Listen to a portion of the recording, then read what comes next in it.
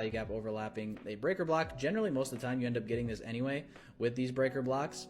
But this is what that would look like, right? So the way that you would take a trade off of this, or the way that I would look to take a trade off of this, would be probably taking the entry off of the fair value gap where it overlaps with the breaker. So my entry personally would be put right on that breaker block line, and then at a bare minimum, I want my stop loss to be below the candle that created that fair value gap. Now, this is going to be where your personal choice comes in, right? Maybe you're somebody that you want to give yourself a little bit more wiggle room with your stop loss and put it, you know, a little bit lower down. If you really want to, you could put it all the way below the low of that breaker block. From my experience, I found that that's not really necessary to do that most of the time, but again, that's totally up to you. Back test it, play around with it, see whatever feels best for you.